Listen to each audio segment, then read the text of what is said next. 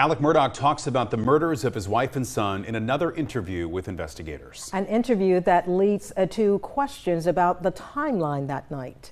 And WSCV's Andrew Davis was in the courtroom all day. He is joining us now live from Colleton County with continuing coverage.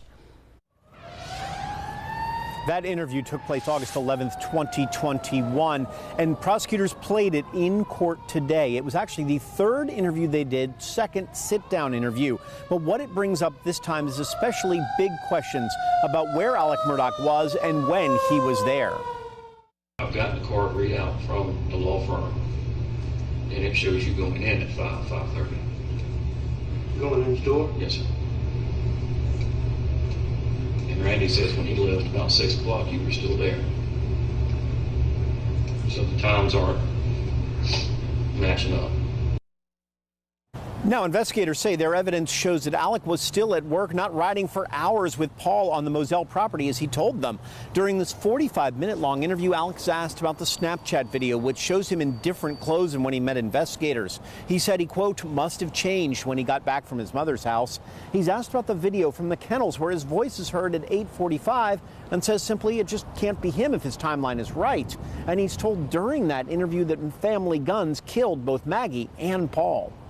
Paul's truck was at the house. So where were they? How did they get down there? Yeah, how did they get down there? I mean, it's normal for y'all to leave your keys in the cars. However, if somebody showed up and did this, you're not going to take Paul's truck back to the house and leave the key in it. Now, the defense countered by continuing their attack on the investigation itself. They say no one searched Moselle the night of the killings. No DNA was found in the blue raincoat that Alex's mom's house was there, and no DNA from anyone but the family from this horrifying murder was found on the property. And then they brought up something else, a new potential suspect, the Cowboys. Paul's truck was at the house. So where were they? How did they get down there? Yeah, how did they get down there? I mean, it's normal for y'all to leave your keys in the cars. However, if somebody showed up and did this, you're not going to take Paul's truck back to the house and leave the key in it.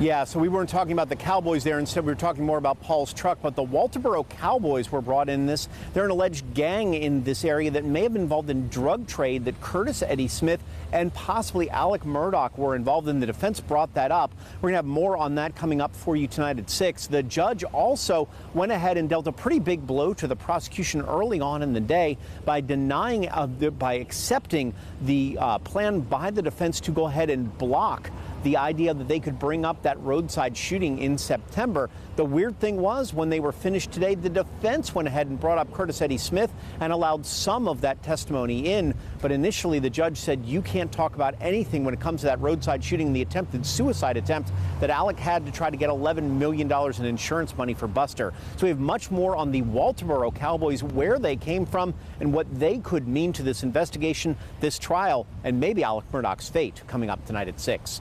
In Walterboro, Andrew Davis, WSAV News 3, on your side. Andrew, thank you. WSAV is on your side with complete coverage of the Murdaugh case online. From daily courtroom coverage to prior stories and background information. You will find it all by visiting WSAV.com/Murdaugh.